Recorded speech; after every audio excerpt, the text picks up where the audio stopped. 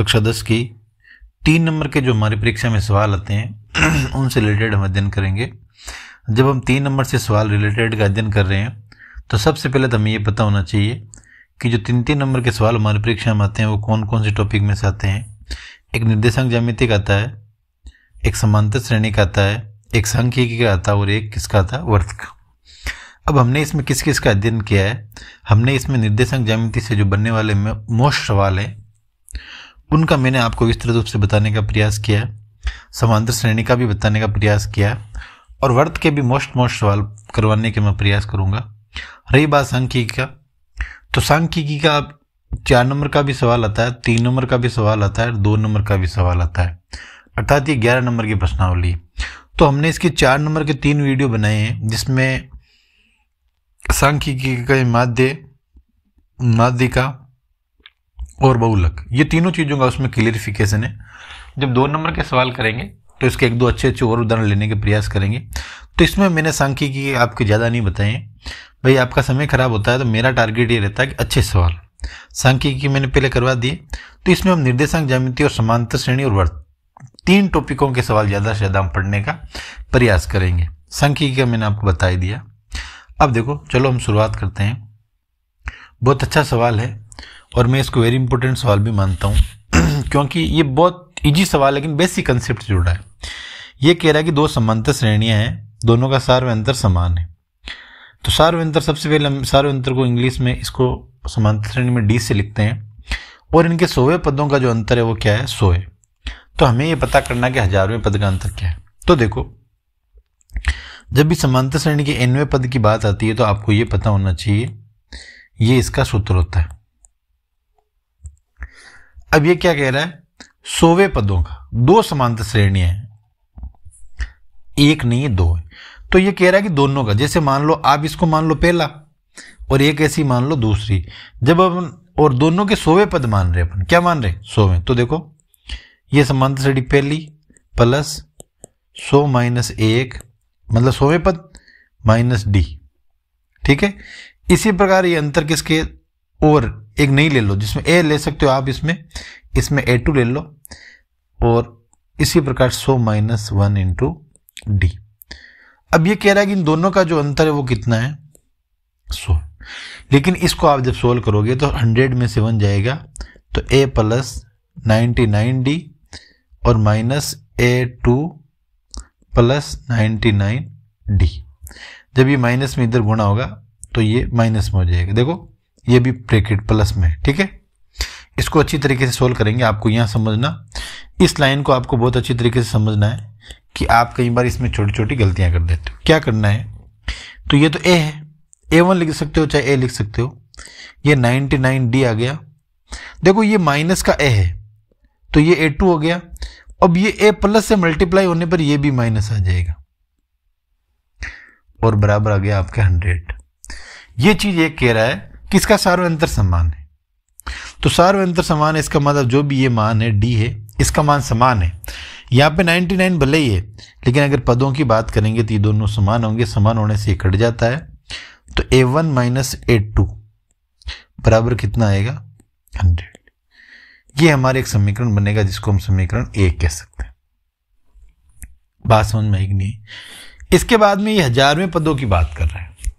बात भले 1000वें पद की कर रहा है लेकिन ये क्या कह रहा है, इनका अंतर समान है। तो वैसे हमें करना है, या A1 लिख देना है, या प्लस लिख देना है, या 1000 लिख देना है, या -1 लिख देना है, या D लिख देना है, या माइनस लिख देना है, फिर यहाँ A2 लिख देना है, या प्लस लिख देना है, या फिर 1000 लिख देना 1 इंटू डी। और इनका अंतर कितना है ये हमें ज्ञात करना है, ये कह रहा है। तो 1000 का क्या हो जाएगा, A1 plus 999D minus A2 minus 999D। ये हमें सार्वय अंतर इनका जो भी होता है ये ज्ञात कर। अब आप इनको देखोगे ये दोनों कट गए और यहां पर जब आप सरल करोगे तो A1 माइनस A2 ये हमें ज्ञात करना है। तो आप जब इस समीकरण 1 का प्रयोग करोगे तो इसमें A1 माइनस A2 बराबर कितना है, इसमें A1 माइनस A2 ज्ञात करना। समीकरण 1 का मान जब 2 रखोगे तो A1 माइनस A2 बराबर कितना आएगा, सॉरी। तो तो आप मुझे बताओ 1000 पदों का जो अंतर है वो भी कितना आएगा। सवाल कठिन नहीं और सवाल इतना इंपॉर्टेंट भी नहीं, लेकिन कई बार क्या होता है एग्जामिनर बच्चों का वास्तविक टेस्ट लेने के लिए इस प्रकार के सवाल दे देते हैं और फिर हम सोचते हैं कि सर ने बताया नहीं, मोस्ट सवाल था ये, इसीलिए कई बार ये सवाल हमें कराने पड़ते हैं। तो बोलो ये चीज़ समझ में आएगी नहीं? आप एक बार फिर और देखना और अच्छा प्रयास करना कि ये तो n पद का सूत्र होता है, ये आप भली भांति से समझ रहे हो। अब इसमें A1 का ये अंतर का सही तरीके से व्यवस्थित करना है, ये 1000वें पद के रूप में व्यवस्थित करना है। बाकी आपको वैल्यू को इवेल्युएट करोगे या सरलीकरण करोगे तो हमारे ये आंसर आ जाएंगे। अब देखो आगे, बहुत ही अच्छा सवाल है। अब जो मैं 2 सवाल और कराऊंगा समांतर श्रेणी के क्वालिटी के क्वेश्चन है, और मैं तो मानता हूं कि वेरी इंपॉर्टेंट सवाल और आपको करने चाहिए क्योंकि 3 नंबर के लायक सवाल बनेंगे। ये कह रहा है कोई भी समांतर श्रेणी, देखो जब समांतर श्रेणी में इस प्रकार की चीजें आती है, तीसरे पद और 9वें पद, तो ये nवें पद की बात कर रहा है, योग की बात नहीं कर रहा है। तो आपको ये फॉर्मूला हमेशा आना चाहिए।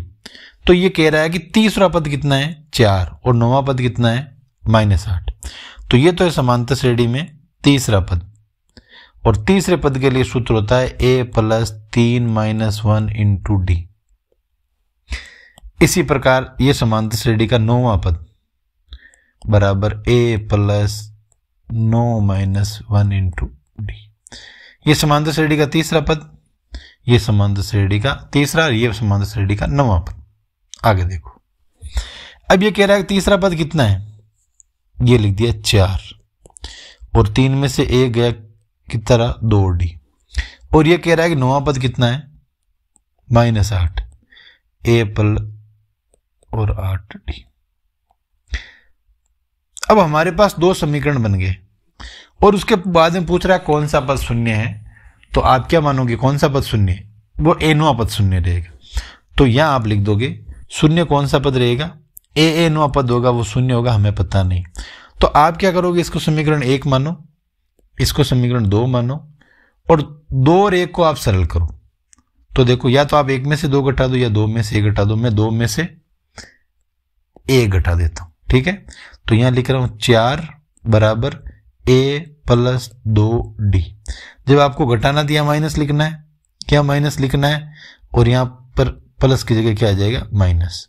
तो a से गए 8 में से 2 गए कितने 6d, बड़ी संख्या का चिन्ह प्लस है, यहाँ p प्लस, और 8 और 4 कितने हो गए 12, किसके आएंगे माइनस के।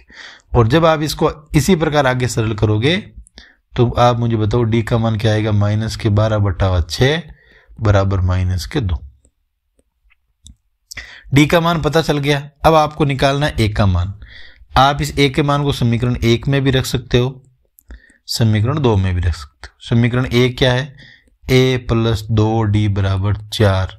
d का मान कितना है, a + 2d का मान -2 बराबर 4, और a - 4 बराबर 4, और इसको आप आगे सरल करोगे तो ये 4 इधर आ जाएगा, तो माइनस का क्या हो जाएगा प्लस, और 4 कितने हो गए 8। तो आपको जब ने इसके सरल किया तो a का मान भी a का मान भी आ गया और ये d का मान भी आ गया। अब ये पूछ रहा है 0 किसका मान है, तो हमने मान लिया a, और an का सूत्र होता है ये। बताओ a का मान कितना आएगा 8, n का मान आपको पता है नहीं पता है, d का मान आपको पता है कितना है -2 बराबर 0। 8 प्लस ये माइनस आ गया, माइनस के 2n, माइनस और माइनस क्या आ गया प्लस बराबर 0। 8 और 2 कितने हो गए 10, -2n बराबर 0। अब ये 2n उधर जाएगा तो माइनस का क्या हो जाएगा प्लस, और जब इसमें आप भाग दोगे तो 10/2 बराबर कितना आता है 5। तो आप मुझे बताओ कौन सा पद शून्य होगा, शून्य होगा 5वां पद। हो सकता है आप ज्यादा समझ नहीं पाए तो लाइन टू लाइन वापस देखो। देखो क्वेश्चन क्या कह रहा है, क्वेश्चन कह रहा है कि तीसरा पद, क्वेश्चन कह रहा है 9वां पद, तीसरा पद 4, 9वां पद -8, ये 4 ये -8। अब ये समीकरण मैंने ऐसा बना दिया, इस समीकरण इसको ऐसे बना दिया। अब हमें क्या करना है, समीकरण 2 में से a घटाना है, ये 1 नंबर यहाँ लिख, जब घटाना है तो यहाँ सब जगह माइनस आ गया, बिल्कुल चेंज हो जाएंगे, प्लस है वहाँ माइनस आ जाएगा, माइनस है वहाँ प्लस आ जाएगा। यहाँ हमने सरल किया -12 और यहाँ हमने सरल किया तो a से कट गया और इन दोनों को सरल किया था 6d, d का हमने सरल किया तो 12/6 -2। और ये d का मान जरूर नहीं है समीकरण 1 में रखना, आप 2 में भी रख सकते हो, लेकिन 1 में मैंने यहाँ रख दिया a + 2d = 4। आगे मैंने सरल किया तो a का मान कितना आया 8। और हमने ये मानना कि n पद 0 है, तो यहाँ पर आप जब a और n के मान रखोगे d के और इनका आप आगे सरलीकरण करोगे तो हमें n का मान प्राप्त होगा 5। कितना प्राप्त होगा 5। इसी को ध्यान में रखते हुए हमें आगे अध्ययन करना। आगे वाला सवाल, इस सवाल को भी आप कभी हल्के में मत लेना, बहुत ही अच्छा सवाल है और आपकी परीक्षा में आने वाला है। आप चाहो तो आप कर सकते हो, कोई दिक्कत नहीं है, लेकिन मैं करा देता हूं। सबसे पहली बात है, समांतर श्रेणी का कौन सा पद ज्ञात करना आपको 31। कौन सा पद दे रहा है 11। देखो ये इंपॉर्टेंट कैसे, ये इंपॉर्टेंट ऐसे है, तो हम कई बार बहुपद के समीकरण पढ़ते हैं, 2 चरों वाले एक समीकरण पढ़ते हैं, तो उसमें x और y की वैल्यू भी ज्ञात करते हैं। वो वैल्यू ज्ञात करना यहां सिखा रहा है। देखो सबसे पहले कह रहा है 11वां पद कितना है 38। तो आप मुझे बताओ, ये a11 हो गया और ये a + 11 - 1 × d, ये कितना है 38 बराबर 11 में से a गया कितना है 10d। ये समीकरण नंबर कितना बन गया 1। आगे देखो 16वां पद कितना है 73, तो यहां लिखो आप 16वां पद 73, तो आप यहां लिख दोगे a16 बराबर a + 16 - 1 × d। ठीक है, अब a16 कितना आ गया 73 और 16 में से a गए कितना है 15d। समीकरण कितना है 2। मैंने यहां पर समीकरण 1 लिखा, समीकरण 2 लिखा। इसका मतलब यह हुआ कि हमें 31वां पद ज्ञात करना। उससे पहले जब आपको 31वां पद ज्ञात करना, यहां मैं लिख रहा हूं a31 बराबर a + 31 - 1 × d। ये हमें ज्ञात करना तो a + 30d। अब ये 31वां पद हमें तभी ज्ञात होगा जब आपके पास a का मान होगा, d का मान होगा।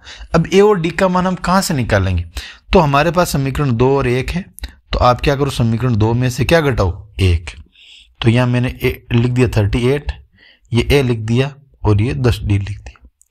अब आपको पता है ये घटाना है, ये माइनस और ये माइनस, तो a से a कट गया और आप इसमें 78 घटाओगे तो ये हो गया 5, पीछे बच गए कितने 6, ये आगे 35 और इसमें से आप घटाओगे तो 5d और d को आप जब सरल करोगे तो आपको मान कितना प्राप्त होगा 7। अब हमें ये मान ज्ञात करना, तो यहां लिखना पड़ेगा d का मान 7 और इसी प्रकार आपको a का मान रखना है, निकालना है। तो a का मान आप चाहो तो यहां रख दो, आप चाहो तो यहां रख दो, जहां इच्छा वहां रख दो। तो अपन क्या कर देते हैं, इक्वेशन 1 में रख देते हैं, तो 38 यहां रख रहा हूं, d का मान इक्वेशन 1 में।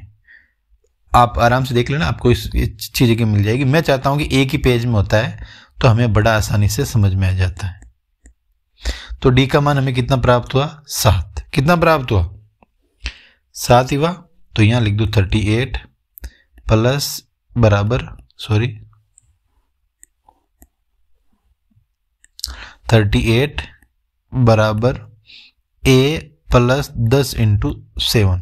10 को 7 से मल्टीप्लाई करो कितना आएगा 38 - 72 बराबर a और इसको आप जब सोल्व करोगे तो -32 बराबर a।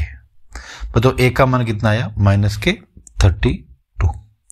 अब ये जो दोनों मान है यहां लिख दो, -32 प्लस 30 × कितना आएगा 30 × आ जाएगा 7। आगे आप सरल करो -32 और ये हो गया 210 और 210 में जब आप इसके से लेस घटा दो, ये 210 और ये आ गया 32, ये आ गया 8। ठीक है नहीं, और आगे कितना आ जाएगा 70, ठीक है। तो हमारे आंसर कितना आएंगे 178। अगर किसी के ये 178 आंसर आते हैं, इसका मतलब वो क्वेश्चन उसका एकदम रेडी। बोलो बात समझ में आई कि नहीं आई? अगर आसानी से ये समझ में आ जाएगा, आप स्लो मोशन में भी देख सकते हो, जैसे आपको अच्छा लगता है वैसे देखो। उसके बाद में आप खुद प्रयास करो, मेरे बताने से कुछ नहीं होगा, प्रयास आपको ही करना पड़ेगा। आगे वाला सवाल बहुत अच्छा सवाल है। ये सवाल मैंने इसलिए दिया कि ये सवाल आने का चांस रहता है, हालांकि ये सवाल इतना टफ नहीं। जो इसके इंपॉर्टेंट 2 सवाल थे निर्देशांक ज्यामिति के, एक तो किसी भी चीज को समत्रिभाजित करना 1:2 और 2:1, और किसी भी रेखा के समरेखीय होने की शर्त। ये दोनों सवाल पूर्व में करा चुका हूं, जो आप मेरे पूर्व के वीडियो में देख सकते हो। अब आपको यहां क्या करना, वो चीज समझना है। ये कह रहा है कि इनके बीच की दूरी, तो सबसे पहले तो हमें ये पता होना चाहिए कि ये बिंदु बात कर रहा है P और Q की। P के ये 2 और -3 है, और जो Q के निर्देशांक है वो है 10 और Y, और इनके बीच की दूरी कितनी है 10। तो हमें सबसे पहले PQ के बीच की दूरी पता होना चाहिए। ये अंडररूट में आती है x1 - x2 का whole square plus y1 - y2 का होल स्क्वायर। अब देखो ये समीकरण आसानी से सरल होने वाला नहीं है, बड़े अच्छे तरीके से सरल होने वाला है। अब देखो PQ का मान कितना है ये आपको पता होना चाहिए, ये है 10 बराबर x1 का मान कितना है 2, x2 का मान कितना है ये 2 - 10 प्लस -3 - y का होल स्क्वायर। यहां पर अंडररूट है, यहां पर अंडररूट नहीं। अगर हमें दोनों तरफ स्क्वायर कर देते हैं तो ये अंडररूट हट जाता है, या एक तरीका ये होता है ये अंडररूट को आप इधर लेकर आओगे तो स्क्वायर बन जाता है। अंडररूट का मतलब होता है किसी भी नंबर की घात 1/2। तो आपका ये अंडररूट अपने आप हट जाएगा जब दोनों तरफ वर्ग करोगे। गणित एक ऐसा नियम है जो कभी भेदभाव नहीं करता, पैरेलल चलता है और सही तरीके से चलता है। तो ये हो गया 100, ये अंडररूट हट गया, 2 में से 10 गए तो आपके -8 आएंगे, ये स्क्वायर, और ये प्लस ये -3 और ये माइनस के y का होल स्क्वायर। ये आपके आ गया 100, और इसको आप जब सरल करोगे तो 68। और अब हमें इनको सरल करना, तो a² plus b² minus b² का ये फॉर्मूला हमारे लगता है, ठीक है कि नहीं। आप चाहो तो इसमें से y बाहर निकाल सकते हो, या आप चाहो तो इसको ऐसे भी कर सकते हो a² प्लस b² और उसके बाद में आएगा प्लस 2 × 3 × y। ये दोनों तरफ y है, तो हमेशा ध्यान रखना आप इसको जब भी सोल्व करो तो ऐसे करना, ठीक है। ये ऐसे, ये a का मान है, ये b का मान है। जब यहां भी माइनस यहां भी माइनस होगा तो ये प्लस रहेगा, इसको आप माइनस मानकर सरल मत कर देना, गलत हो जाएगा। तो देखो 64 और 9 इनको हमें सरल करना है, फिर इनको हमें सरल करना है, और बड़े ही ध्यानपूर्वक सरल करना है। तो देखो 100 -64 -9, ये तो इधर बचे, उधर बचे एक तो y² और एक बचा 6y, तो ये 36 बच गए, और 100 में से 64 गए 36, और 36 में से जब 9 जाएंगे कितने बचेंगे, ये आप घटा कर देख लो,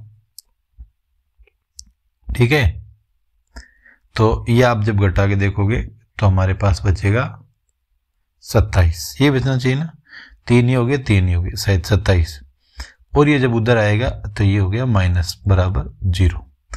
अब हमें क्या करना है, इस प्रकार के टुकड़े करने हैं इस 6 के, कि जोड़ने या घटाने पर तो 6y आता है और गुणा करने पर क्या आता है 27। तो हम क्या कर देते हैं, इसको कर देते हैं टुकड़े, y² प्लस 9y माइनस के 3y माइनस के 27 बराबर 0। इन दोनों में आप y कॉमन ले लो, y प्लस 9, और इसमें आप क्या कर लो -3 कॉमन ले लो तो y प्लस 9। तो आप ये चेक करोगे y बराबर 9 और y बराबर -3, इन दोनों में कोई एक निर्देशांक हमारा मान्य होगा, उसके अकॉर्डिंग हमें सवाल करना है। आपको सबसे बड़ी चीज ये कि इसको क्रमबद्ध रूप से सरल करने आना चाहिए। ये सवाल एक ऐसा सवाल है, कहावत है जो सड़क सुरक्षा में लिखी होती है, सावधानी हटी दुर्घटना घटी। अगर आपने कहीं पर भी, जैसे ये बड़ा क्रिटिकल चीज है, यहां पर आपने गलती कर दी तो बहुत बड़ी समस्या हो जाएगी। और यहां गलत कर दिया तो आप बाकी सवाल कहीं करो, कोई मतलब नहीं। दूसरी बात है कि इनको दूरी सूत्र में लिखते समय थोड़ा सा हमें ध्यान देना है। अगर हमने ढंग से लिख दिया और व्यवस्थित लिख दिया तो हमें किसी प्रकार की कोई समस्याएं नहीं होगी। आगे सवाल, यह भी बहुत अच्छा सवाल है, हालांकि इतना इंपॉर्टेंट सवाल नहीं है, लेकिन आपको बेसिक डाटा के सवाल भी कराने आवश्यक है। मैं ये सवाल इसीलिए देता हूं कि ताकि आपकी एक अच्छी प्रैक्टिस हो सके। जितना जरूरी मुझे ये नहीं, हाँ मोस्ट सवाल तो देता ही हूं मैं, लेकिन आपको छोटी छोटी चीजों का भी पता होना चाहिए। जैसे ये कह रहा है कि ये एक बिंदु P है, मान लो कि इसमें दिया हुआ नहीं, लेकिन आप मान लो ये -1 और 7 है और ये 4 और -3 है। यहां पर कोई बिंदु है जैसे R है तो इसको 2:3 में विभाजित करता है, तो R के निर्देशांक ज्ञात करें। तो देखो R के जब निर्देशांक ज्ञात करेंगे तो X के होते हैं R में, और एक होते हैं Y के। तो इसका सूत्र होता है M1x2 plus M2x1 बटावा M1 plus M2। इसी प्रकार Y का होता है M1y2 plus M2y1 बटावा M1 plus M2। ये सीधा सीधा फॉर्मूला है। तो मतलब मेरे कहने का अर्थ है पहले 3 को आपको x से गुणा करना है, फिर y से करना है। कैसे? जैसे पहले मैं x की ज्ञात कर रहा हूं, तो -3 देख लो मैंने डायरेक्ट कर दिया, अपन 3 गुणा -1 प्लस 2 गुणा 4 बटावा 3 प्लस 1। फिर क्या हो जाएगा 3 गुणा 7 प्लस 2 गुणा -3 बटावा क्या आ जाएगा 3, 2 प्लस 3, और यहां पर भी 2, 3 प्लस 2 या 2 प्लस 3, ये दोनों जुड़ेंगे। ठीक है, अब ये -3 आ गया, ये 4 दूना 8 आ गया और ये 5 आ गया, ये 7 3 21 और ये आ गया -6 बटावा 5। इसमें से गए तो 8 में से 3 गए 5 बटा 5, और 21 में से जब 6 जाएंगे तो हमारे पास क्या आएंगे 15 बटावा 5। ये सरल हो जाएगा, 1 आ जाएगा, और ये सरल हो जाएगा 3 आ जाएगा। ये हमारे निर्देशांक है और यही हमारे आंसर है। बस आपको मेरा मुख्य टारगेट जो समझाना था, ये फॉर्मूले आपको याद होने चाहिए। मैं बहुत जल्दी शॉर्ट वीडियो बनाऊंगा, आपकी बुक के जितने भी फॉर्मूले वो मैं लिखने का प्रयास करूंगा। किस प्रकार कोई सवाल को कैसे करते हैं ये हम करने का प्रयास करेंगे। बहुत जल्दी एक सीरीज लेकर हम आएंगे। ठीक है, आप हमसे जुड़े, इसी प्रकार आगे जुड़ते रहिए। अब देखिए, यह सवाल आपकी प्रश्नावली का बहुत ही अच्छा सवाल है। यहां पर यह समांतर चतुर्भुज का कह रहा है। अगर आपने ये लाइन नहीं पढ़ी तो आप इस सवाल को कभी भी नहीं कर पाओगे। तो हमें कई बार क्या होता है कि किसी भी चीज को डीप तक जाना पड़ता है। अब समांतर चतुर्भुज कैसे होता है, यह आकृति आपको बनानी आनी चाहिए। अगर यह आकृति आपको नहीं आती है तो आपको सीख लेना चाहिए, कोई दिक्कत नहीं। आकृति सीखने में कभी कोई समस्याएं नहीं होनी चाहिए। ऐसा नहीं लगना चाहिए भाई कि हमें आकृति नहीं आती, आकृति तो हमें आनी भी चाहिए। अब देखो,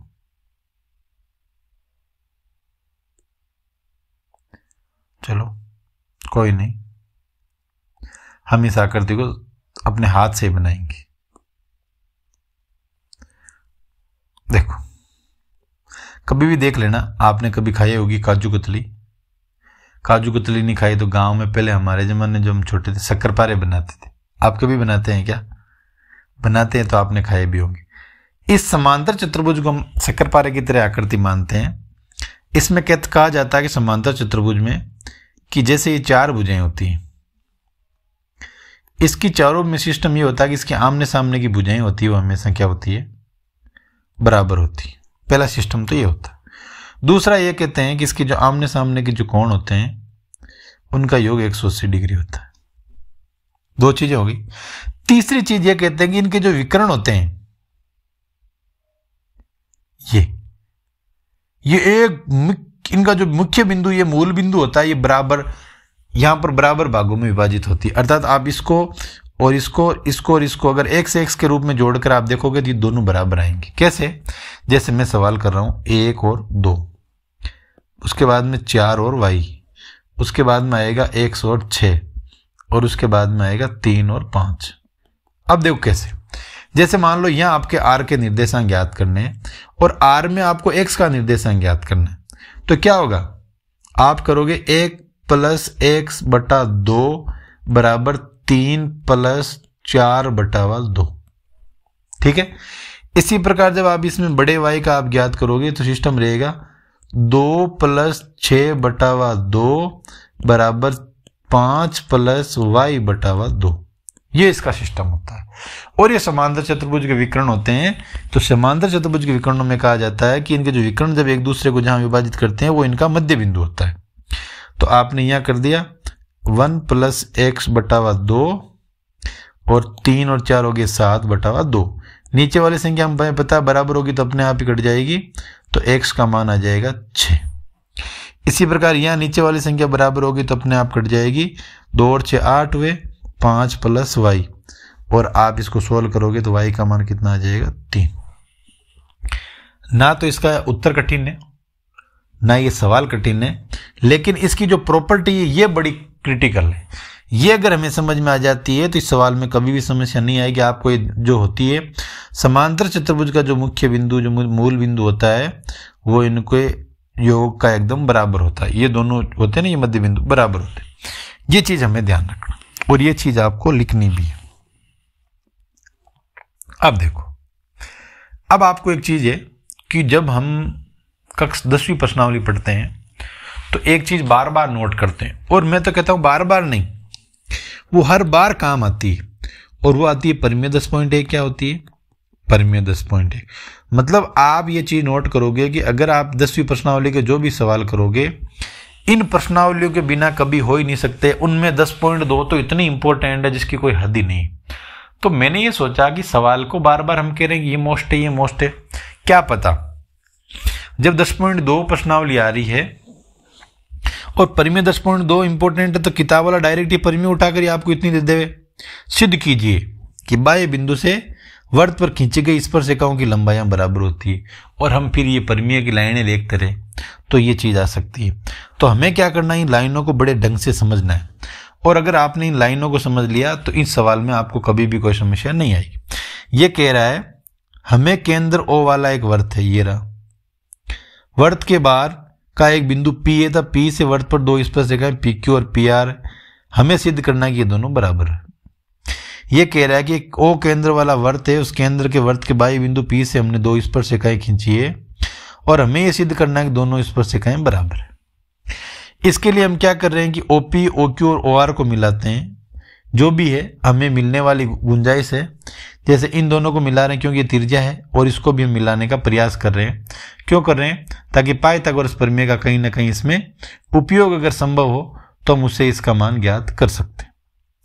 उसके बाद में कह रहा है कि कोण OQP, ये OQP, और कोण ORP, मतलब एक तो कोण ये कोण ये क्या कर रहा है, ये समकोण है। क्यों? कि अभी हमने परिमेय 10.1 ये देखो ये काम आ गई। परिमेय 10.1 कहती है कि कोई भी जो 2 स्पर्शिकाएं हैं वो केंद्र पर अगर जाती है लंब डालती है हमेशा। स्पर्शिकाओं के बीच कोण है, परिमेय 10.1 में समकोण है। अब समकोण त्रिभुज एक तो ये बन गया और एक ये बन गया, तो हमें इनकी सर्वांग क्षमता सिद्ध करनी है। तो सर्वांग क्षमता को सिद्ध करने से पहले आपको ये पता होना चाहिए, देखो ध्यान से देखना, ये इंपॉर्टेंट चीजें आपको ये सवाल आएगा 100%। ये 4 लाइनें इसको सिद्ध कर रही है कि ये बराबर है। कैसे सिद्ध कर रही है? कि एक तो ये दोनों त्रिज्या है, तो जब त्रिज्या है तो वर्त की हमेशा त्रिज्या बराबर होती है। अगर ये भी 2 है तो ये भी कितनी आएगी 2, अगर ये भी 4 है तो ये भी कितनी आएगी 4, 2 चीज बराबर आ गई। उसके बाद में कह रहा है कि ये OP भी इस त्रिभुज में काम आ रहा है 1 नंबर में, और OP भी इस त्रिभुज 2 नंबर में काम आ रहा है। इसका मतलब ये उभयनिष्ठ रेखा होती है, उभयनिष्ठ रेखा 2 बराबर होती है।